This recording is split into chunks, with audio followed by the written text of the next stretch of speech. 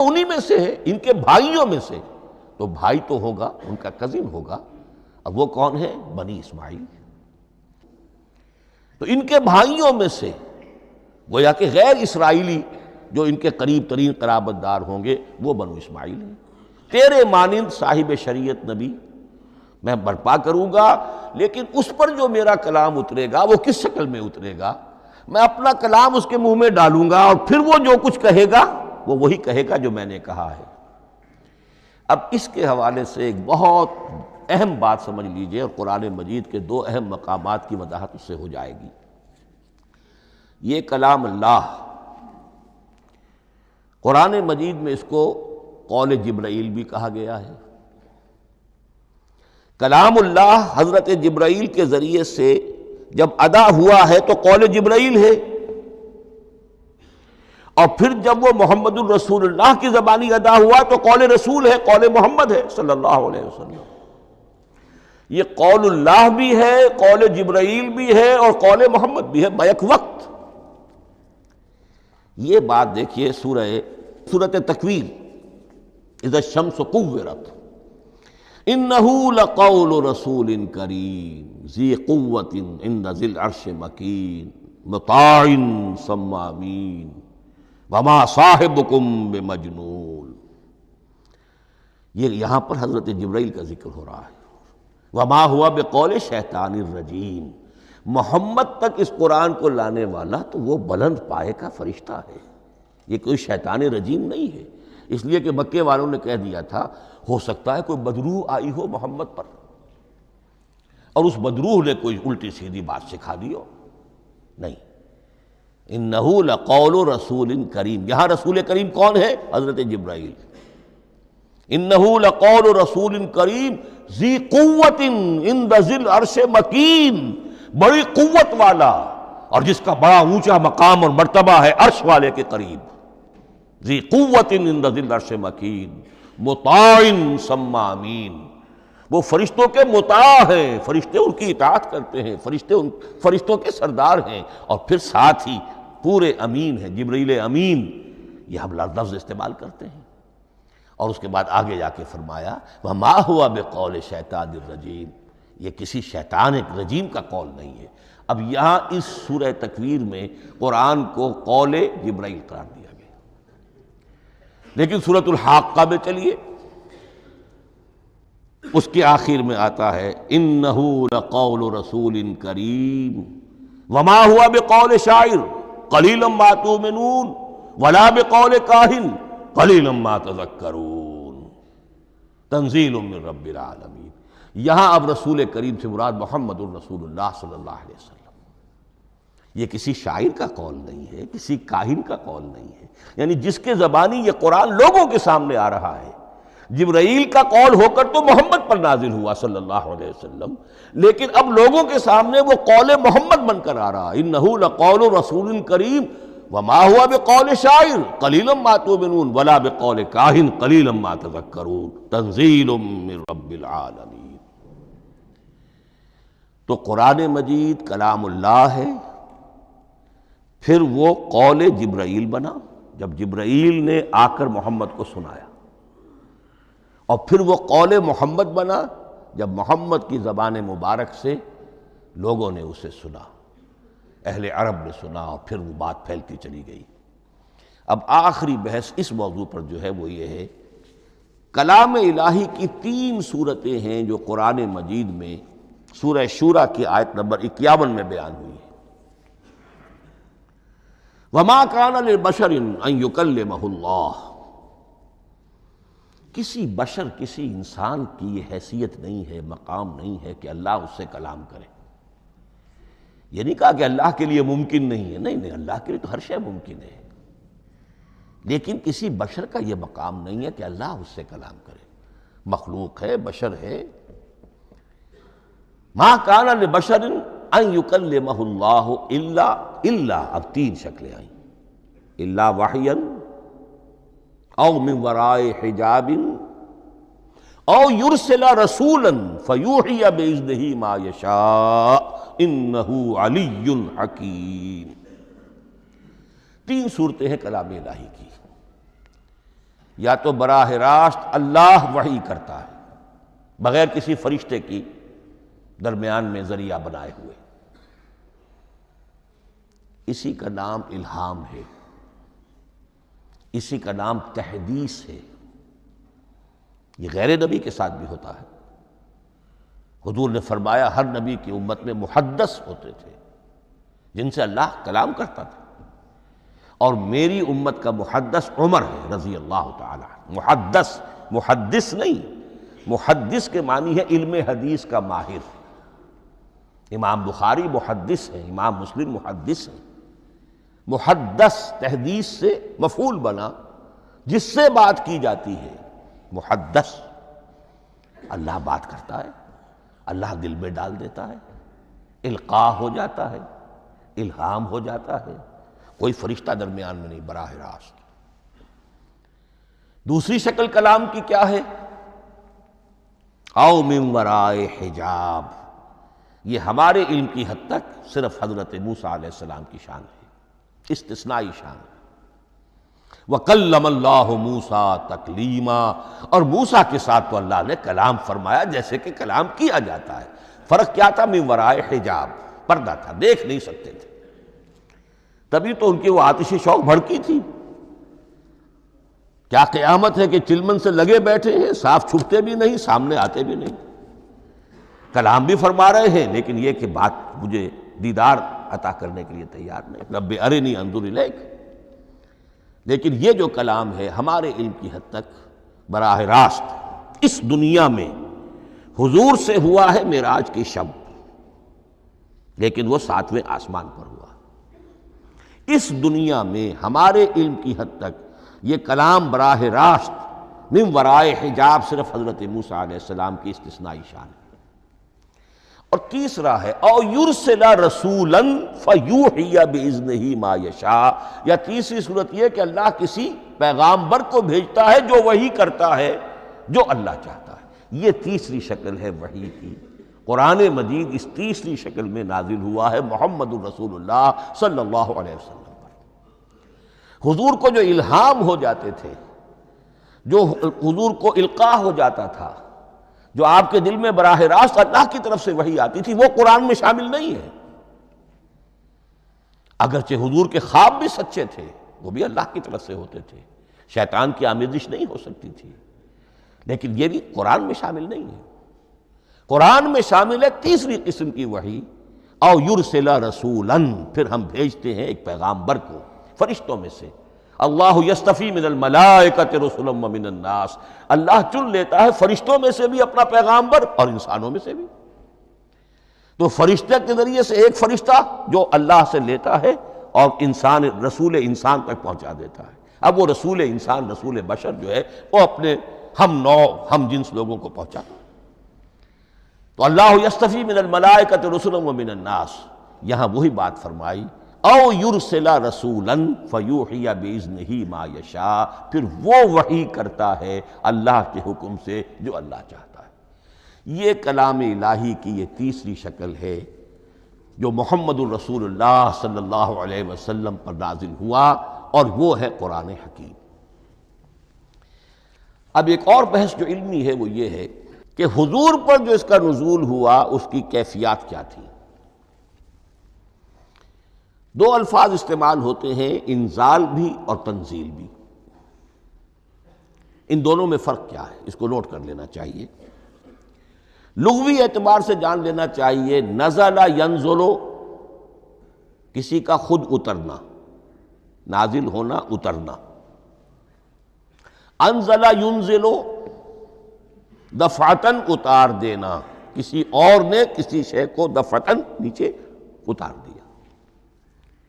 یہی مفہوم نزلہ کے ساتھ بے لگ جائے تو آ جاتا ہے، با کے ساتھ نزلہ بہی، یہ اتارنے کے مفہوم میں آئے گا۔ لفظی ترجمہ یہ بھی کر سکتے وہ اترا اس شے کے ساتھ۔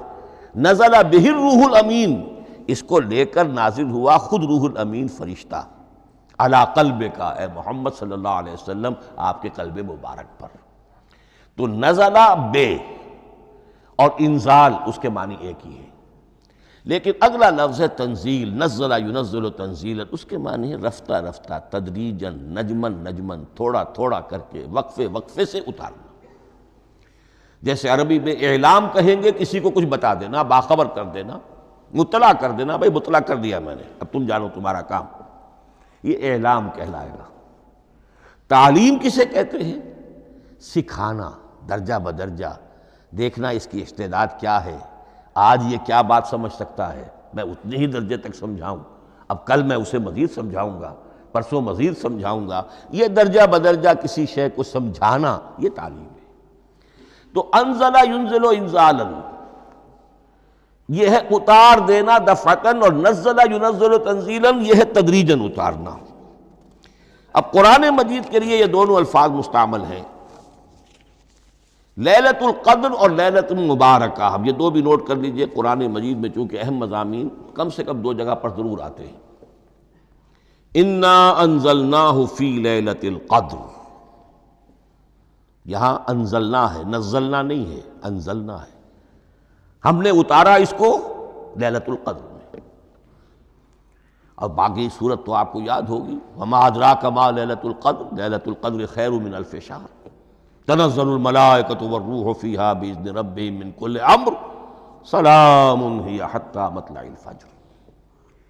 لیکن یہ اہم مضمون قرآن مجید میں دوسری جگہ بھی ہے، سورہ دخان کے شروع میں فرمایا حامیم والکتاب المبین انا انزلناہ فی لیلۃ مبارکۃ انا کنا منذرین فیہا یفرق کل امر حکیم امرا من عندنا انا کنا مرسلین رحمتا من ربک انہ هو السمیع العلیم۔ یہ لیلۃ المبارکہ ہے، ایک ہی ہے، لیلۃ القدر اور لیلۃ المبارکہ، ان دونوں کے لیے وہی انزلنا کا لفظ آیا۔ لیکن یہ کہ سابقہ کتابوں کے اعتبار سے قرآن مجید کا فرق واضح کیا گیا ہے، مثلا سورہ نساء کی آیت نمبر 136 بہت نمایاں ہے، بہت نمایاں ہے۔ وہاں فرمایا گیا یا ایھا الذین آمنوا آمنوا باللہ ورسولہ والکتاب الذی نزل علی رسولہ والکتاب الذی انزل من قبل، اے ایمان کے دعوے دارو حقیقتاً ایمان لاؤ، ایسے ایمان لاؤ جیسے ایمان لانے کا حق ہے، اللہ پر بھی اور اس کے رسول پر بھی، اور اس کتاب پر بھی جو اللہ نے اپنے رسول پر نازل فرمائی، اور اس کتاب پر بھی جو اللہ نے پہلے نازل فرمائی۔ لیکن نازل کے لیے یہاں آیا حضور کے لیے والکتاب الذی نزل علی رسولہ، تنزیل کی شکل میں، اور تورات کے لیے والکتاب الذی انزل من قبل، وہ تو دفعۃ واحداً لکھی ہوئی تختیوں کی شکل میں حضرت موسیٰ علیہ السلام کو دے دی گئی تھی۔ تو یا ایھا الذین آمنوا آمنوا باللہ ورسولہ والکتاب الذی نزل علی رسولہ والکتاب الذی انزل من قبل۔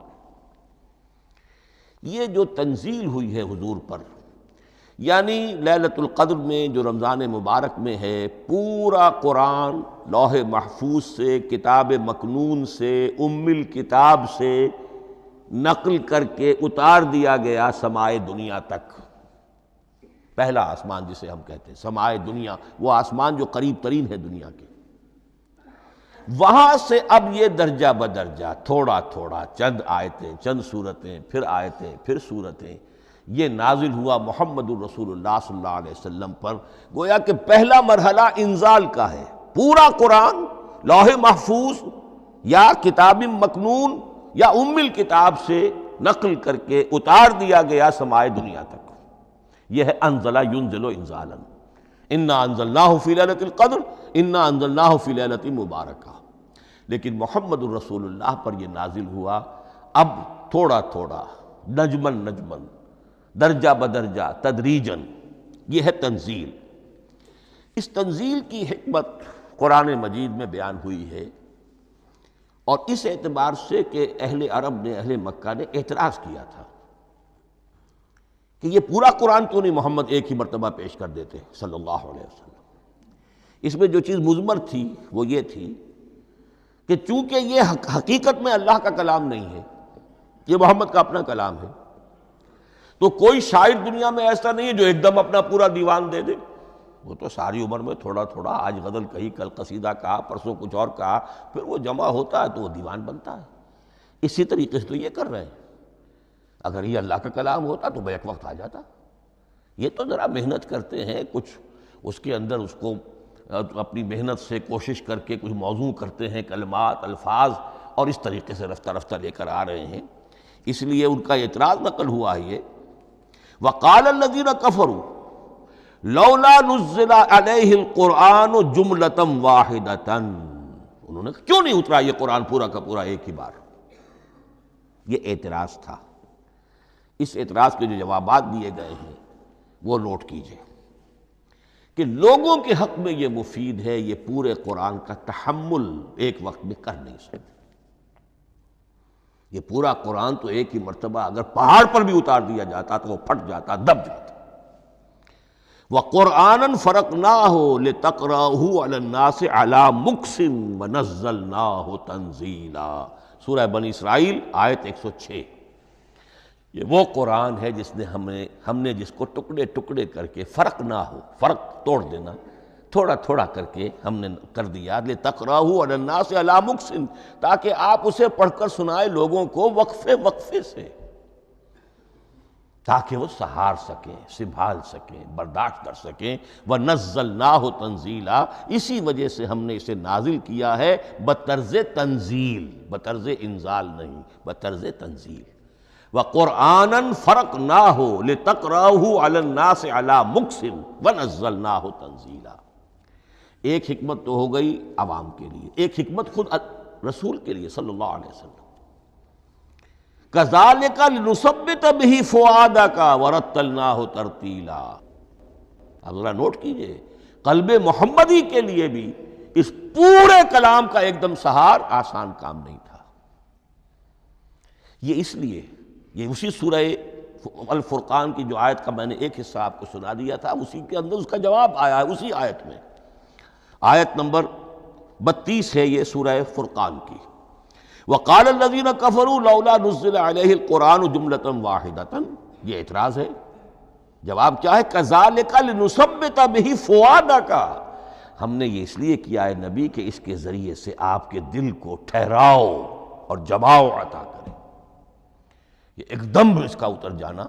اِنَّا سَنُلْقِي عَلَيْكَ قَوْلًا ثَقِيلًا، بڑا بھاری بوجھ ہے، ناقابل برداشت ہے، تاکہ رفتہ رفتہ آپ کا دل، اس کے اندر تقویت بڑھتی چلی جائے، اس کے اندر اور اس کا تحمل جو ہے اس کی صلاحیت بڑھتی چلی جائے۔ كَذَلِكَ لِنُثَبِّتَ بِهِ فُؤَادَكَ وَرَتَّلْنَاهُ تَرْتِيلًا، اسی لیے ہم نے تھوڑا تھوڑا کر کے نازل کیا ہے۔ وَلَا يَأْتُونَكَ بِمَثَلٍ إِلَّا جِئْنَاكَ بِالْحَقِّ وَأَحْسَنَ تَفْسِيرًا، ساتھ ہی فرمایا کہ یہ لوگ جو بھی اعتراض کریں گے ہم اس کا جواب بھی اور بہترین تعویل بھی آپ کو دے دیں گے۔ اب اگلی بحث یہ ہے، یہ قرآن کب اور کہاں نازل ہوا؟ یہ عام معلوماتی شے ہے، اس میں کوئی پیچیدگی نہیں ہے، لیکن اس کی اہمیت ہے، بہت ضروری ہے، وہ میں انشاءاللہ اگلی بحث میں جب کہ قرآن کے سمجھنے کے جو اصول ہیں ان کو بیان کروں گا تو وضاحت سے بات آئے گی۔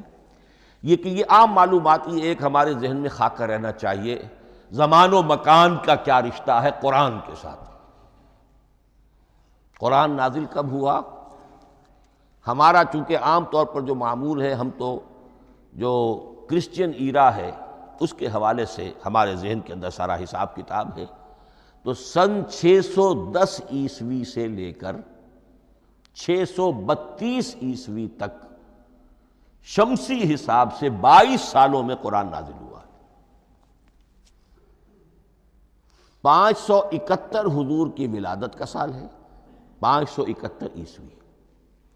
610 میں آپ 39 سال کے ہوئے، لیکن قمری حساب سے 40 کے ہو چکے۔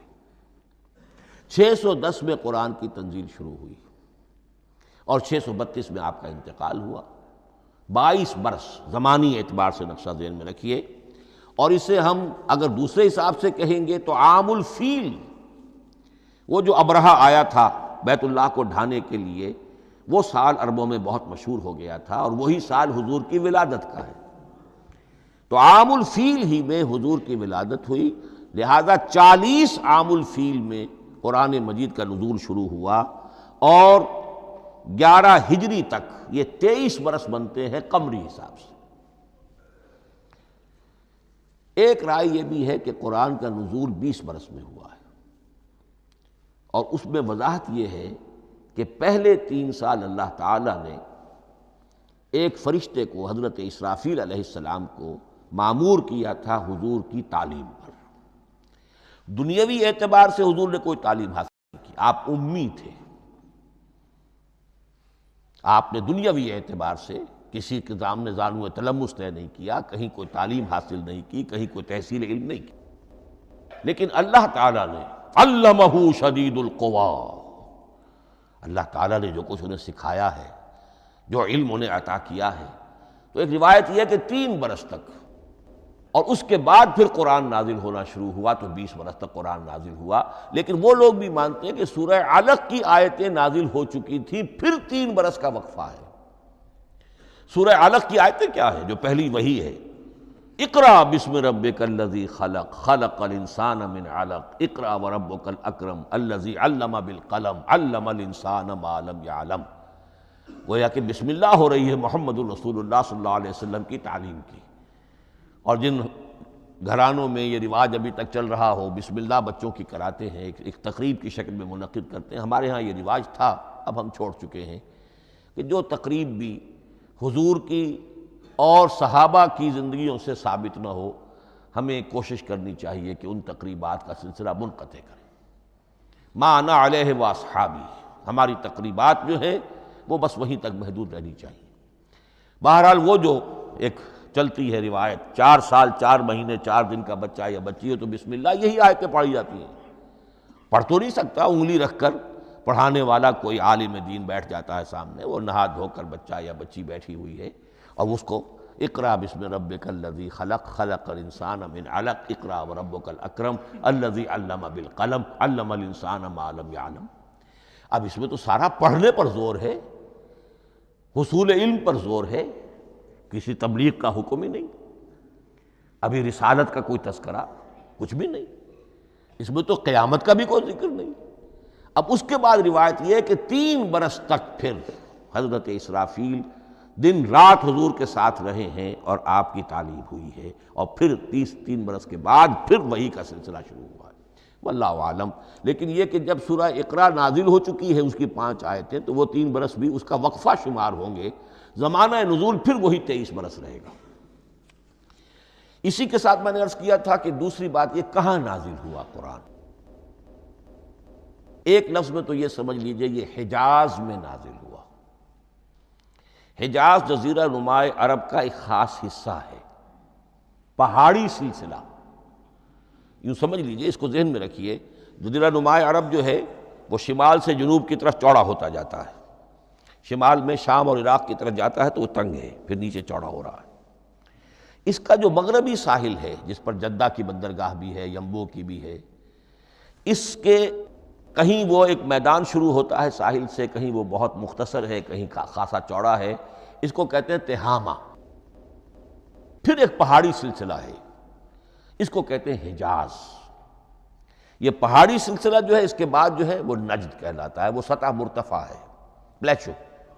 تو یہ 3 حصے ہیں جزیرہ نمائے عرب کے جغرافیائی اعتبار سے، اور حجاز کہتے بھی ہیں پردے کو، حاجزن، پردہ جو 2 چیزوں کے درمیان حائل ہو جائے۔